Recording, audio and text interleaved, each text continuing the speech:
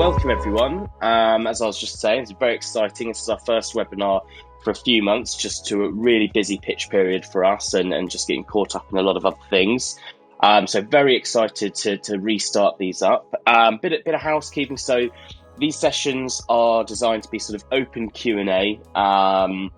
So as sort of Mark, Badir and I go through talk through the topic, please come into the chat to submit any questions, or indeed if you want to sort of submit it privately directly to me, please do so as well. We like these sessions to be nice and interactive, and for anyone that perhaps has to dive off, or if you had any colleagues that were meant to be joining but can't, or you indeed just enjoy the session today and want to share it, this will be recorded and published on our website, so you can sort of re-look at it and share it around as well.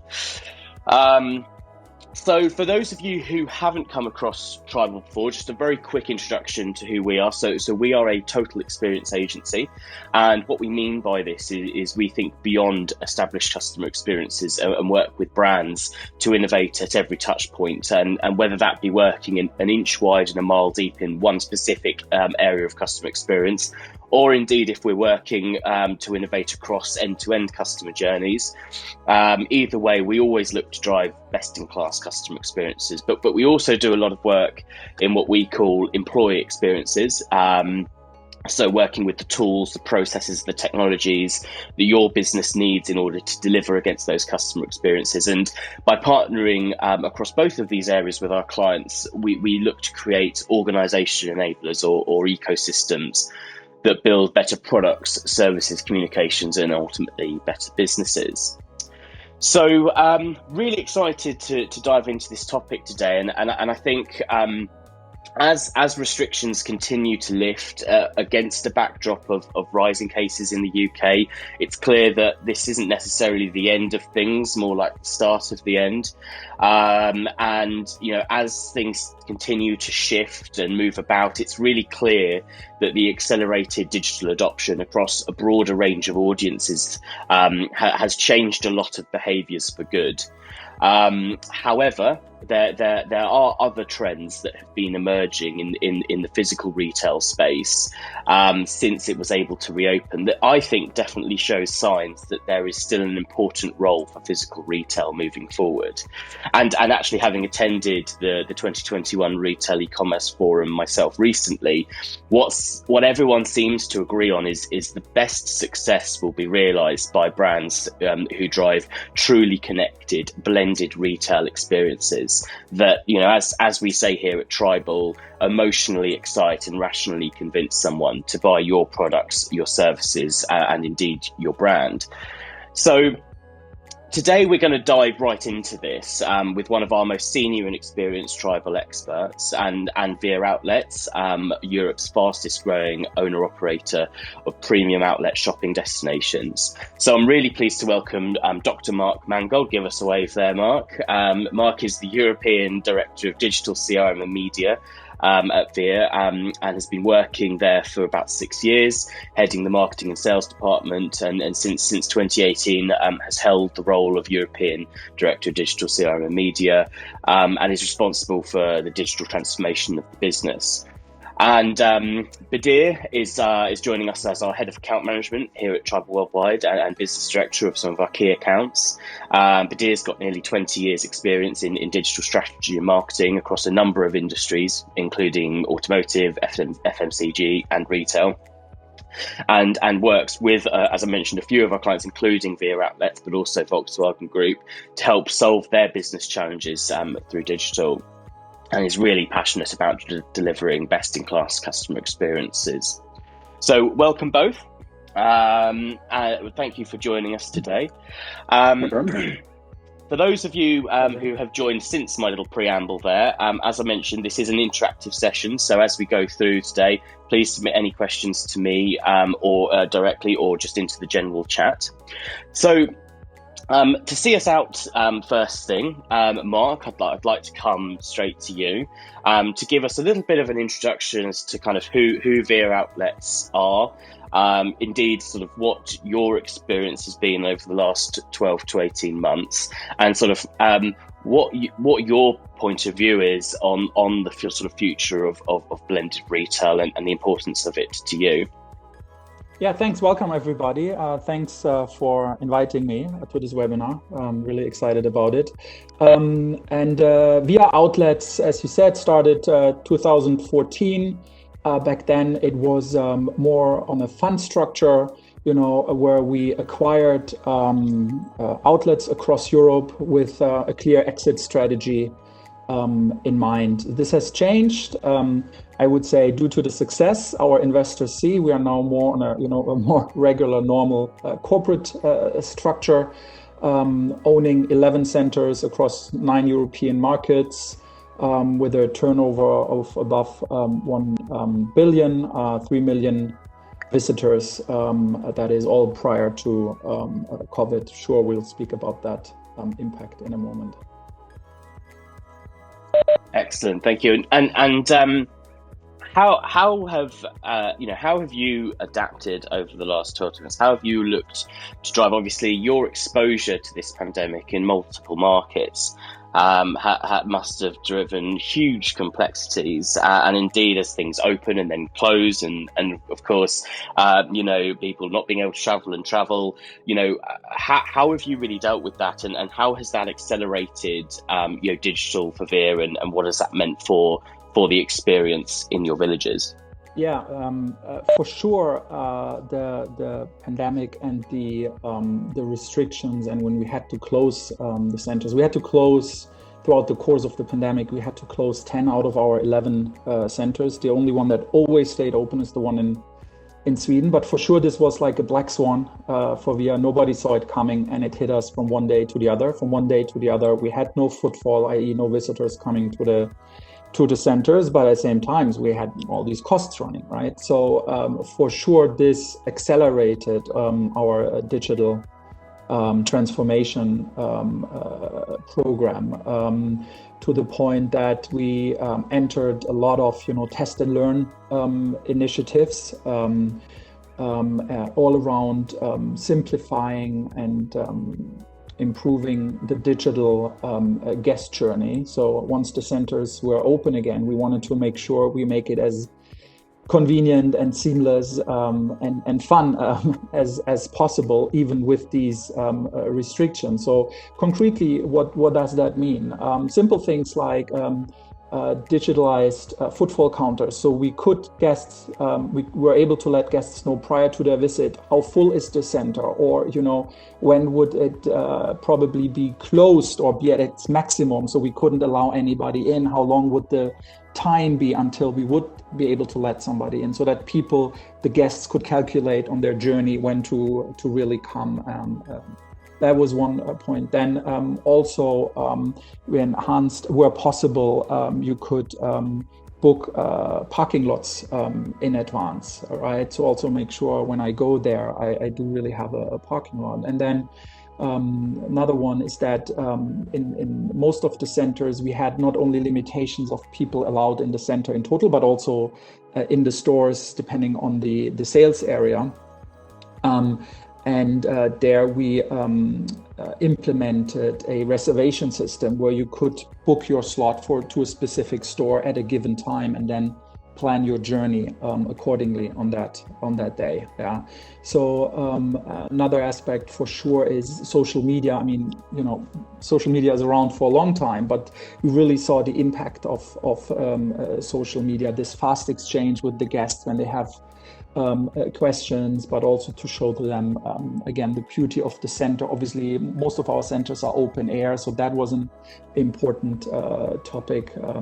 All of that, and maybe the most significant point, it tremendously also speeded up our approach to build our own customer-centric data warehouse, where we will now have all customer and guest data in one place for the first time ever in our history, which gives us a whole different view on our guests, why they come, where they come from, what are the channels they came through, what they like, don't like, and so on and so on.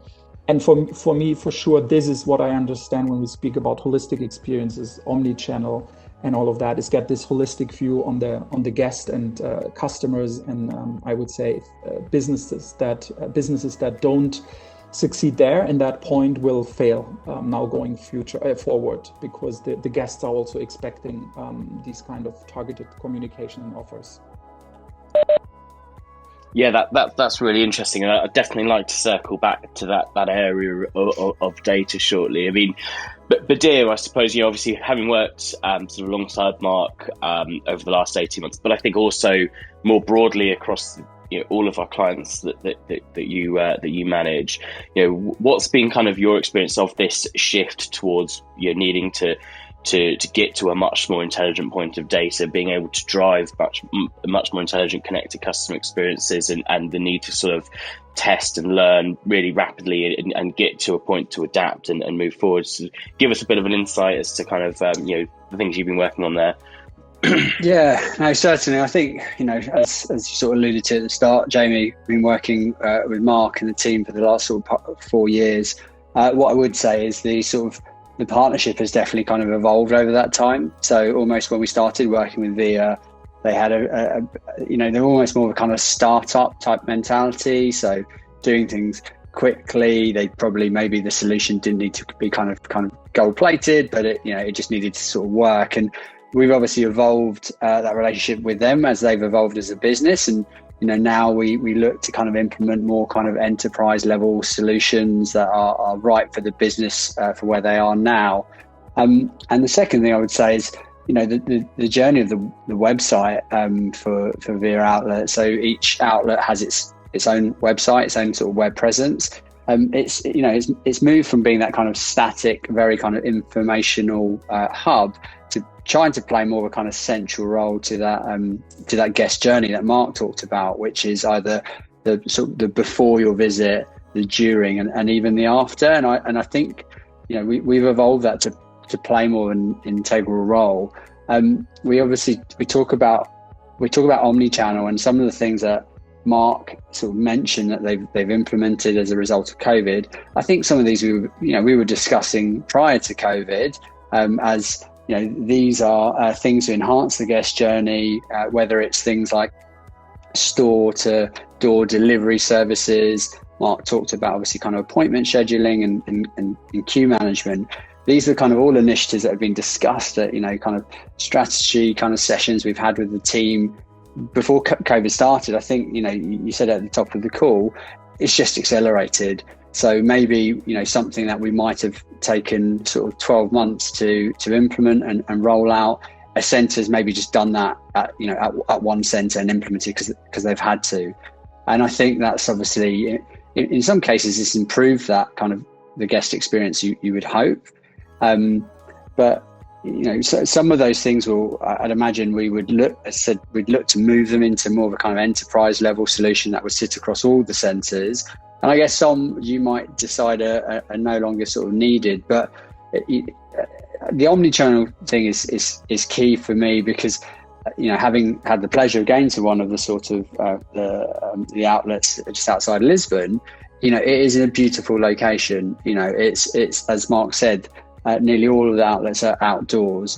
That the sort of experience of going there is integral to the success, I think, of the outlet sort of a sector in retail.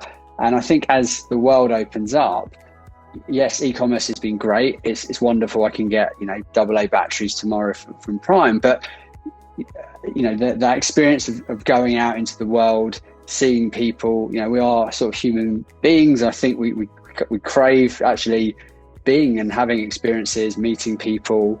I think that just talks really well to the future of the outlet business. But I think what's key is omni-channel. I don't think it's never going to be a pure play e-com business that would take away from the actual essence of what's made it success. But you need to wrap around some of the sort of services that Mark's talked about to enhance the journey, but not detracting from it. It's a people to people business, and that is really what kind of makes it special. Mark, I think that's really interesting video. Mark, anything to add to that at all? I think that's some really interesting points made. I just think I have quite a digital background before joining more or less traditional retailers. And you know, when you first go to a retailer, what you learn quite, at least, you know, latest on your first day, end of your first day, is retail is detail and the strive for perfection. And of course, I completely get it and understand it. But I think what we've learned in the pandemic is, as long as it enhances the customer experience and the guest journey, makes it more fun, more seamless, more convenient, let's just do it, and let's just try and learn. Let's not, you know, always go for the 100%. Maybe the 80% is good for the time, but we are faster in the market. We can improve the experience for the guests and learn and adapt along the way. I would say that has also changed quite significantly. We're a lot more open to, again, test and learn new things. Yeah, no, definitely. You know, so I, as promised, I wanted to sort of circle back to that point of data, because often in my conversations with clients, you know, data is often the sort of foundation of beginning to do anything, whether it's digital transformation or creating new products or services, research into your customers. And it's often the kind of most difficult thing to get right.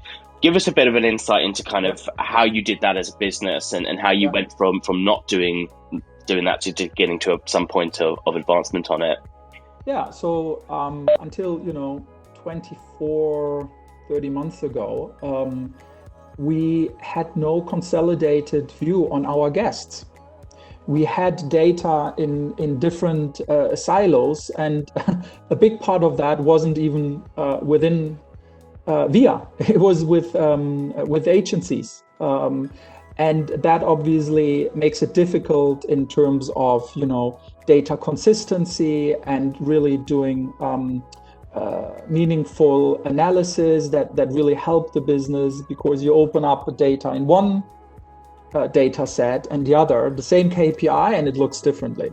Also, if you want to be quick and agile, it's difficult to constantly, you know, be dependent on a third party that you need to reach out to, rather than, you know, having your own dashboards and be able to work with the data there. And that's for sure the key difference. We now have our own data lake in-house, started beginning of this year, so just before the pandemic, which was a bit of a lucky shot, I must say, where we now have all of our sales data, the traditional retail data, and the guest data, mainly from our loyalty scheme, but also other in there. You know, the first results we see there are really very promising and strong throughout the organization. I think that's a key topic. Allow me to speak about that for a moment, because you touched upon data specifically. I think it's always easy to say, you know, data is the new oil, but to your point, it's really hard to implement that from a technical perspective, from a data consistency perspective. But I would say most difficult is when it comes to the level of adaptation within the organization. You have different stakeholders, and you need to make it meaningful to the different stakeholders, from the CEO to middle management, and what I think most importantly to the operational teams, because they will only use it. They will only, you know, really help VIA become a data-centric or data-led and customer-centric organization if data makes their life easier. If it's easy for them to understand data, and they can instantly, you know, improve their retail and marketing programs. If it's too complex, they will always say, yes, as a good marketer and retailer, data is key, but they will probably not use it to the extent. And how, just a question, sorry, Mark, on that. I mean, how is it being used? Because obviously you have access to that data centrally versus the actual outlets. And is it actually being kind of used at all levels of the business effectively? Sorry, but you were breaking up for 10 seconds on my end. Can you repeat? I was just saying, so obviously everyone within the organization has access to that data, presumably at a central level, which I'm sure there's lots of kind of management information that is used from that, but also more at a local level, so a kind of outlet level. Yes. Is it being used there effectively? That's when we looked at, how will we present the data, taking the raw data and convert it into something meaningful. That's always what we thought about is not so much our CEO, maybe I shouldn't say that, but it's more from the perspective of the local operational teams. What is the metrics that are most relevant for them, and how can we display it to them in an easy, understandable, almost intuitive way? What would these dashboards need to look like? And that's why we also decided to, in the beginning, have pre-selected dashboards, reports, you could say. They can easily open up and go through. As I said, the feedback after the first couple months is extremely positive, and how they can, for instance, become better in driving signups for our loyalty scheme, or improve the media planning to that. And going forward, we will use their feedback to come up with regular sprints to now add more dashboards and reports. But we also said from the beginning, we don't want to overwhelm these colleagues so that they almost kind of give up, but make sure it's the key information they need in a very easy to access and understand way.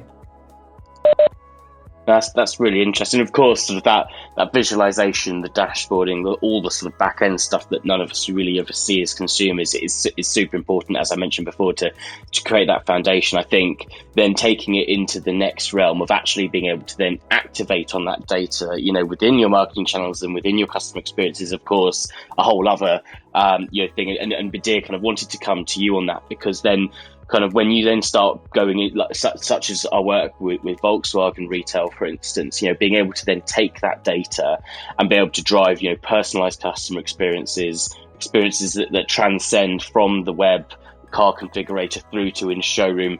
Give us a bit of an insight into that, because I know that's been a really big project, for us over the years.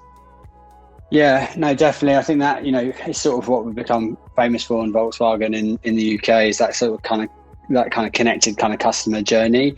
I think that the car buying market hasn't changed hugely in the last sort of 50 years. So the retail network are incredibly kind of important to the business.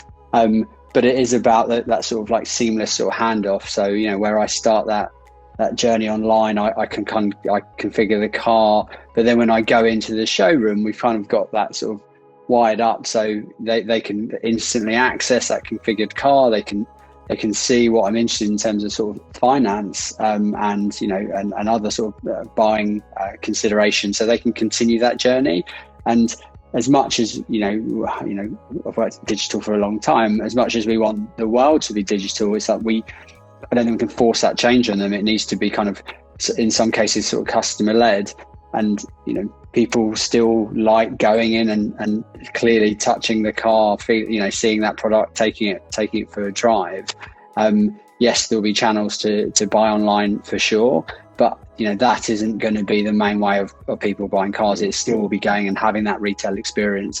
But it's that, as I said, it's that handover. You don't want it to feel disconnected. You want them to feel like you know who I am, not in a creepy way, but you know who I am, you know what I'm interested in, my circumstances, am I looking to transact, or am I a little bit higher up the funnel where I'm sort of researching, I'm sort of shortlisting, and not, you don't want the retailers to have that sort of one size fits all, trying to sell to anyone who comes in the door, but kind of recognize the sort of nuances. We're all individual customers at different sort of stages, and certainly between the sort of digital tools and the sort of data they have access to, they are more sophisticated, shall we say, in how they sort of manage that sort of customer interaction.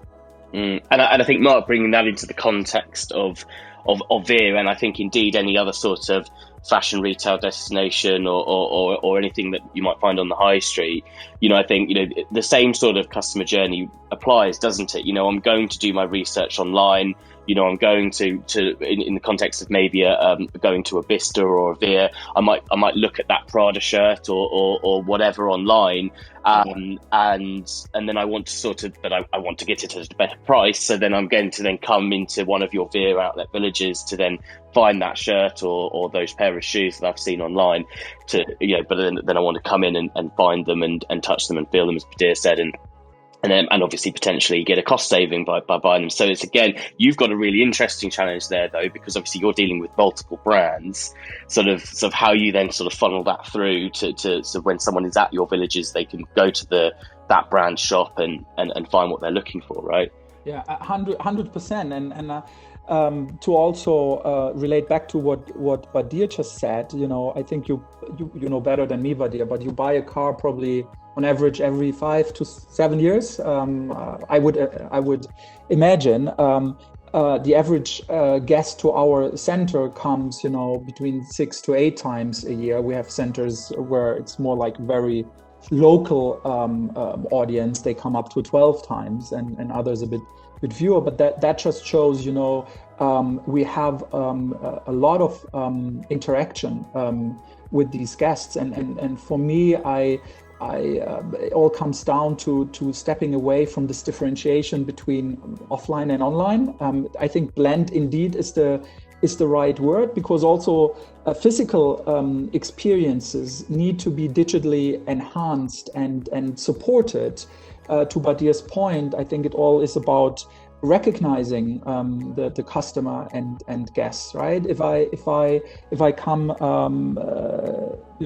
let's say 8-10 times a year to that center and spend a significant amount, I think it's a missed opportunity if we don't recognize that as a retailer. And to your point about the multi-brand approach, I think indeed it's quite an advantage and at least a strong opportunity, because we are able to collect data not for one specific brand or product or service, but really a very holistic view, where we can apply logics like customers that shopped in your store also shop there when we speak to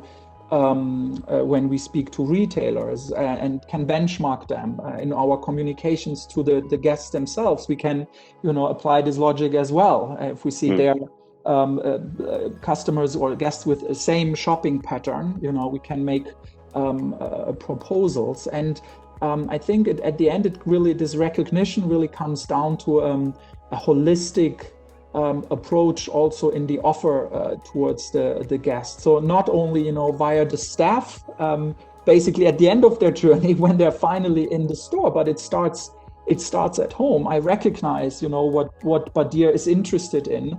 I constantly have targeted communication towards him. If he wants to book a train, we can help him to come to the center or reserve the parking. Recognize him while he is in the center, understand how much has he spent today. Can we trigger him to spend more? Can we invite him for a lunch? Can we ask him to give a positive recommendation or invite a friend for his next trip, and so on and so on. So I think it just shows digital enables all these touch points to be seamlessly integrated and connected to the data analytics we were just discussing. Really interesting, and that sort of nicely brings me on to my next point, within which I'm going to try and dovetail this really interesting question I've had submitted from the audience. But so we've kind of gone on a bit of a journey. Just to recap briefly, we've talked about starting from a really strong foundation of data, to then how you activate that in channel digitally, to then how you then pull that through to, as you put it, sort of digitally enhance that physical experience. And I think that's a real area that I think is really open to debate at the moment, because there is obviously an open debate as to what is the role of physical retail going to be moving forward. In my opinion, and I think it's an opinion shared by a lot, it's that the physical retail has always been looked at as a very transactional thing. You go to a shop to buy something, whereas I believe it's going to pivot towards being a much more brand experience role. You're going to what's going to entice you to get up out of your house, take a train, a plane, an automobile, to go all the way to that high street or that village, shopping village. What's going to entice you there is a really good physical experience. And so I'd really love to hear about sort of how we're going to do that. And trying to dovetail in this question that we've had submitted is one of the ways that we could look at driving better physical experiences is the opportunities around, and the question here is kind of, what are the opportunities around making shopping destinations more sustainable, more I think the term is healthy destinations. So a gentleman here submitted the question saying they're collaborating with a Uni College of London innovations team on sort of using sustainable materials, improving air quality, turnable lighting. I'm not sure what that means, sorry. But to have sort of positive physical impact on consumers. Is this a trend you've come across, Mark, to deliver those really good physical experiences? And what's the sort of future of that for Veer, do you think? Yeah, so let me start with the sustainability aspect, please, if I may. So the short answer is there is no way around it. For sure, any business, or I can't think of anyone at least in Europe, that could deny that they need to, or that they are a sustainable company, or at least constantly improving on that. Yeah. So, and also. For sure, we are driven by our customers. We're driven by the brand partners we have, but we're also driven by our investors that say, you need to be a sustainable business, and that is, has indications on how we build our centers, the electricity supply. Photovoltaic approach around that. There's a full set of checks we constantly are under review. There's also official rating agencies that rate these shopping centers, and once you fall underneath a certain threshold, this has some implications I probably won't touch upon, but for sure it's super important for us. And as I said, the customer, the guests demand it directly from the brands, and they want to make sure that we are also on this path. So it's I would say it's no longer a differentiator at all. I think you simply have to do it. Otherwise, it's more like a hygiene factor these days, where you get almost punished if you don't embark on that journey. But I also understood your question, about more the future of retail to be a sustainable business and health, and it needs to go hand in hand. Don't get me wrong, but I would like to highlight maybe three key aspects that I see as a physical retailer. Number one, and I think we already touched upon it, is that holistic view on the guests and the customer journey, again, from being able to make parking reservations, let me know what are the offers of my favorite brands before I come, recognize me when I'm in the center, invite me for lunch, and so on and so on. But also entering this multi or omni-channel approach, these concepts of BOPIS and ROPIS, so buy online, pick up in store, or make reservations online, pick up in store, and also endless aisle will also have this holistic blended or drive this holistic and blended experience, right? Because if I have the customer, the guest in front of me in the store, I need to serve her. If I don't serve her either directly or via an endless aisle approach, I lost her, and it's a missed opportunity. Then this also, there's often this conversation: is e-com the enemy, or is this the the end of physical retail? I would say no. For me, e-com is just another channel to start with, and there's different ways on how you can enter that channel. For sure, if your customer has the mindset, I want to shop at 3 a.m. in the morning and I only want to look at the price, yes. Then probably just going to one of the platforms is the right way. But if you have this more curated approach and this holistic approach that is channel agnostic, so whatever touch point she wants to use will be there, then I think indeed actually physical retail has an advantage, because we can simply add these digital channels. There's a great example in the US, Bell Harbor Shops. I can only encourage everybody to have a look at that. I think it's a great benchmark on how to do that, and how they connect also their fulfillment with the products from the stores in their mall. The other aspect I think is maybe not that sexy, but super important, we know from a guest perspective, is payment. Today, if somebody comes to our centers, goes to 10 stores, she needs to pull out her credit card 10 times. Why? I think the clear next step is either concepts like card linking or touchless payment, like Amazon Go and Amazon One already show us what's possible. And for sure, that will come in the near future. And with that, we get a whole another level of data we can connect our data sets with.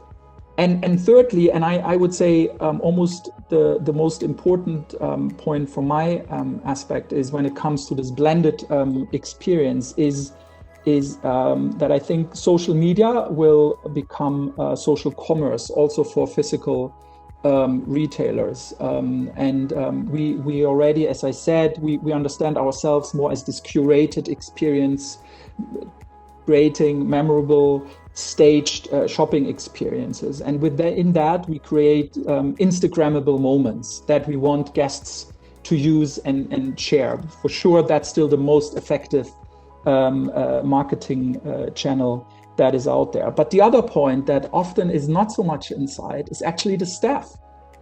I think, if you remember retail, physical fashion retail 10, 15 years ago, the key asset of staff was their black book.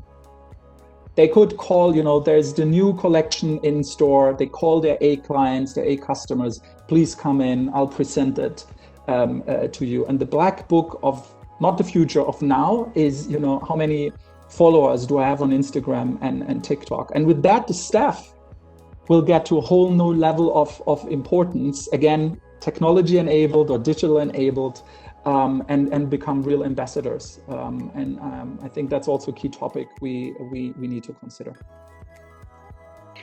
Yeah, really interesting. And I mean, you mentioned there, as well about creating more frictionless experiences, such as with payment technology, and I think Lego's a really good case study of this, of actually as well kind of knowing when to have a frictionless customer journey and when to actually create friction, in your customer journey to, increase time in store. You want people there. You mentioned, creating environments that are really Instagrammable, so people are going to want to hang around and spend more time there.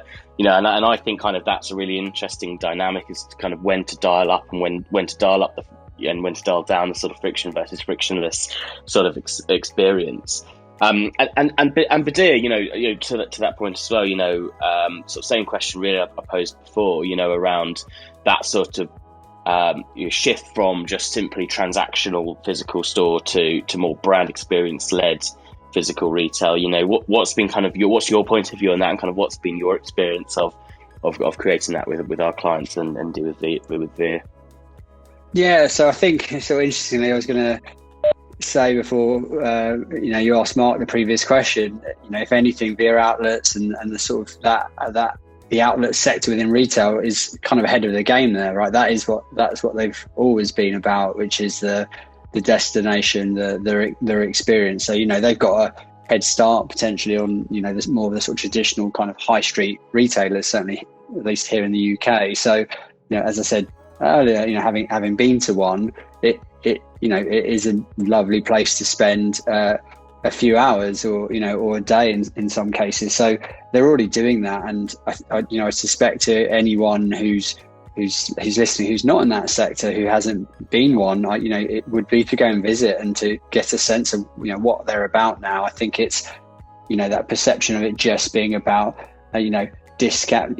Yes, clearly discount is a key part of that, but so is the actual experience, and it's not like a TK Maxx type of experience where lots of product is there. It is very kind of curated, and therefore I think there are learnings to be had for retailers there. And yes, in some cases where you have long-term leases, or the kind of cost of transition to refit stores can be prohibitive, so it might you may not be able to change your whole model, but certainly it is Mark will know this better than I do. He talked about staff being a kind of key component. Yes, that does cause friction, but I think friction is kind of what's needed in that sort of physical environment. I know a few people sort of talk about retail spaces kind of becoming more of the sort of fulfillment aspects, or just I'm going to buy online and just sort of pick up. And you definitely can see a place for that in the high street, where high streets are convenient. They're in high density sort of areas, and that might be pick up, and you can definitely see a place for that. But that being the end goal for retailers, I feel like that would that would be a worrying sort of direction, because you're just on that sort of race to the bottom in terms of sort of being a commodity. And I think to Mark's point, and one of the questions I was going to ask him back, because there were lots of areas he talked about, is you need to be careful to not commoditize yourself, because otherwise you detract from what makes the experience sort of special. And one of my questions, I know you're doing the questions, Jamie, but I was going to ask Mark, because he sort of said something interesting about sort of e-commerce being the enemy. And this doesn't have to be a VIA specific perspective, but Mark, I was interested to see what your take is on sort of full e-commerce experience for outlets. I've heard or read about a few kind of outlets actually offering a full e-commerce or online store. And again, this doesn't have to be from VIA's perspective, but do you think that is the wrong direction to sort of be going in? Or because I guess there's a danger of people choosing the sort of the discounted product over full price, and then sort of hurting obviously sales and margin. Yeah, no, I would say it's the key question, actually. And to be clear, for a long time, discounted products are being sold on the internet, be it by the brands themselves some of them have outlet sections even on their own websites, or on platforms, like Zalando Lounge or the Outnet and others. So if you want to shop discounted fashion items today, you can do it, and any search engine, will probably show you a better price. And that's why I clearly think, if for any outlet, maybe even for any physical fashion retailer, if you only focus on price, you're set for failure to vanish over time. The internet will always show you the better price, for sure. That's inherent in the concept, right? At the same time, I clearly do not think it's the e-com is the enemy. It is an extension. It gives you the holistic, more holistic approach, and I think we need to step away in our thinking from channel, physical versus online or e-com, to really the mindset of the guest. If she wants to shop her sneakers online, I think it would be a missed opportunity if we don't make her an offer, if we have that, right? But if she wants to have a great day out with her friends or her family, or her kids, we will welcome her and we'll give her a great guest experience and make it as convenient and as fun as possible. And the last point is probably, our centers, the average catchment area is more or less 2 hours drive time. But for sure, in these 2 hours drive time, we have guests that have not shopped with us yet. But if we can attract them to via e-com and get into a first conversation with them, and then convert them, also invite them, why don't you come over and visit us? So we all of a sudden, even within the catchments, can attract new target groups, A, and B, there for sure is people living outside 2 hours drive time as well, that we can also, now approach if we were to have such an e-com solution. All I'm saying here is I think you need to make sure it's a holistic approach, and that you recognize the guest if she visits you online or physically. And there, for instance, things like our loyalty program will play a major role. No, really interesting. So I feel like we've sort of gone on a real sort of journey there from sort of where you start to kind of then the future as well.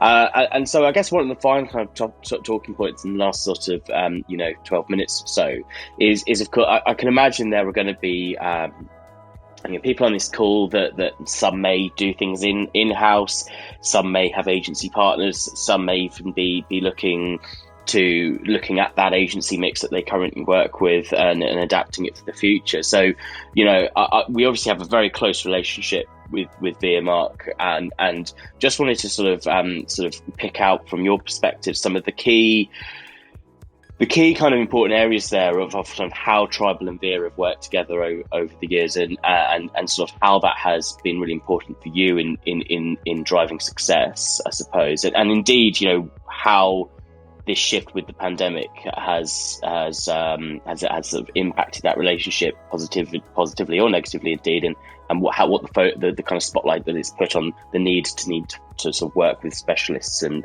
people like ourselves. Talk us through that a little bit, Mark. The short answer is just one word. It's Badir. Thanks a lot. All jokes aside, I think it's no secret. I think the agency-client relationship all comes down to trust. The end, and then also this trust is built on a common understanding of collaboration. I think in a relationship like ours, you don't just buy a service from an agency. It's really the agency understands your needs and provides solutions for that. That goes beyond just sending a brief. But that's more my general view. Specifically for Via and Tribal, Badir said it at the beginning. We started as a completely different company than what we are today. We were under fund structure. We acquired centers. We had an exit scenario. I don't know, 3 to 5 years was even before I was just there when they changed that. But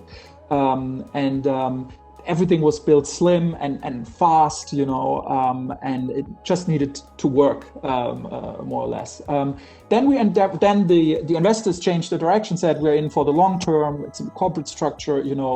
Show us what's the digital long term strategy, and that's where really Tribal became such an integral partner of our strategy, where we defined clearly what is the roadmap ahead, and we were about to press the button, and then the pandemic hit us, and like all retailers, we all the nice things I talked about, it sounds all great, and we did all of that, but it was really tough times. We were extremely cash flow sensitive, and let's keep fingers crossed this never comes back. But that's where I really must say Tribal was more than just an agency. It was a partner. We're very open for conversations, very flexible, extremely supportive. No, and Badir as well. Your perspective, of course, working with Via, kind of what you put the success down to, but indeed, I suppose as well, to dovetail into that, just the general sense, working across multiple accounts as you do, what's been important to clients and key to the success of all of our client relationships, I suppose. Yeah, I think from a sort of Via perspective, I think Mark covered a lot. What I would say is what some of the sessions that we've, or kind of occasions where we've got the most sort of value from them is where we've met people at all levels of the organisation. So obviously Mark's very senior in the organization, but we've met people from the local markets who kind of work at the outlet. And so you kind of get this varying kind of views of perspective. So it might be, someone who's on the grounds, very operational, they're really close to some of the sort of issues. So you get to hear some of their sort of frustrations or challenges or kind of opportunity areas.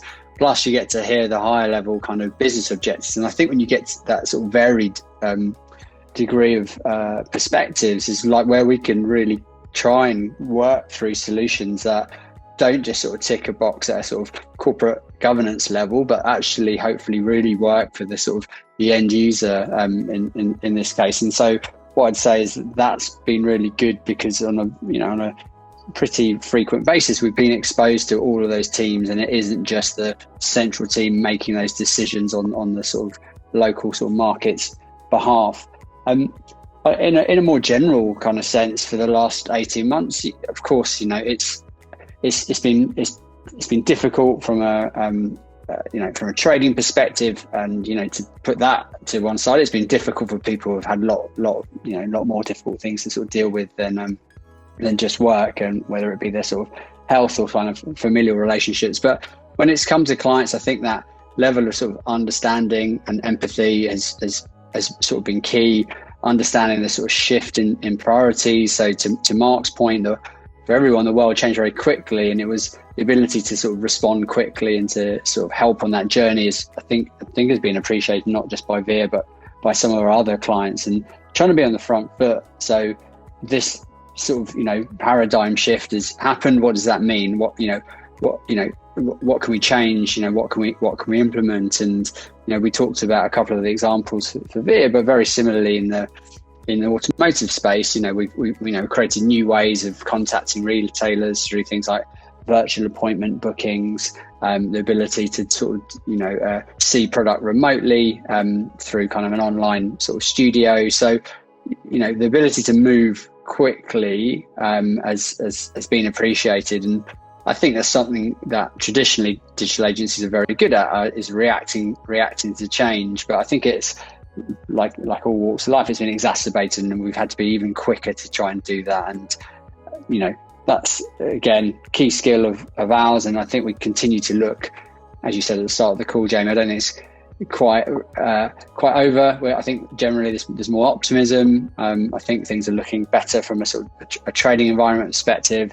Clearly there's demand for people to want to get out, and if the end result is spend more money, then that's clearly good for lots of our clients. But there's definitely people wanting to be out in the world, and I think that's only a sort of positive thing. So for us, it's not going back to where we were 18 months ago and thinking, well, what's the plan? It's kind of going, well, actually, what of these factors have changed customer experience and maybe expectation in the long term?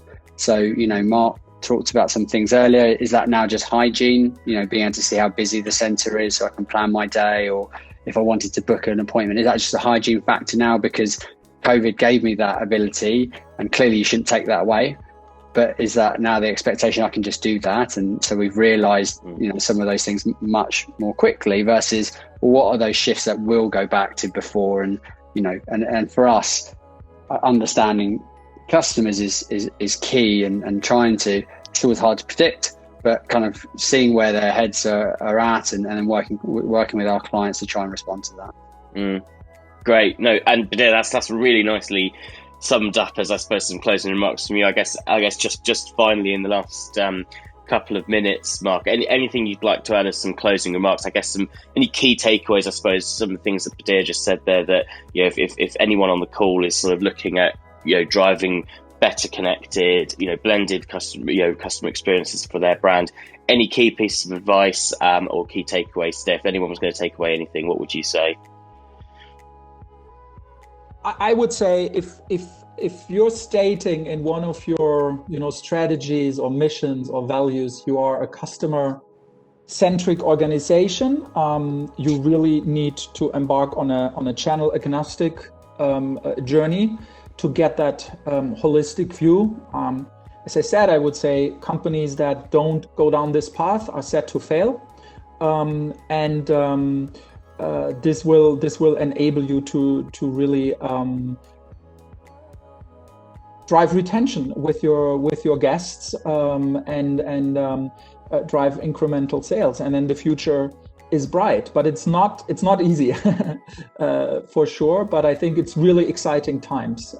I would say, in the digital area, maybe a difficult statement to make. I make it anyways. We are almost a benefiter of the pandemic because it has accelerated that area for sure. Really interesting. Thank you, Mark. So look, we're sort of nearly at time now. So really just wanted to sort of highlight a few things. Because this is just the latest in a series of webinars that we've been hosting throughout, the last 18 months. And they're all recorded. So you can visit our website and view all of our past webinars where we've talked to some really interesting, clients over the last 12 to 18, including obviously now Mark added to that roster. And of course, we were never going to solve the world in an hour's call today, but indeed, if anything has resonated with you, or if you did have any kind of follow-up questions on anything that's been discussed, or you just want to sort of get in touch with Badir and I, to talk in a bit more detail, a bit more, personal to your situation, please reach out and get in touch. We can get a sort of a more sort of one-on-one session put in the diary, and of course we're sort of reactivated these now after a sort of short break. So please look out for the future invites coming through for our next webinars. Really looking forward to getting back to these. They're always really interesting, as I think you'll agree. So really nothing more to do than to just really thank our panelists today. Thank you, Mark, for giving up an hour of your time out of your really busy schedule. And Badir, thank you very much. I'm sure you've already got a backlog of emails from clients wondering where you've disappeared to for an hour. So make sure we get you back online. It's been a really interesting conversation, Reece. So thank you very much. I hope you as an audience have enjoyed it as just as much. So thank you very much today, everyone. And let you get on to your lunch break or your coffee or your next meeting. And very much, everybody. Yeah. and of course Badir will record the little snippet for you that you can then put on your LinkedIn. The biggest reference you've got from anyone, I suppose. Thank you, Mark. Appreciate that. so look, next time we meet. Yeah, definitely. Well, look, thank you very much, everyone, and look, stay safe, keep well, and I hope you enjoy the rest of your week and your weekend. Thank you very much. Thanks, Jamie. Thanks, Badir. Thanks, everybody. Bye now. Thank you. Thanks, guys.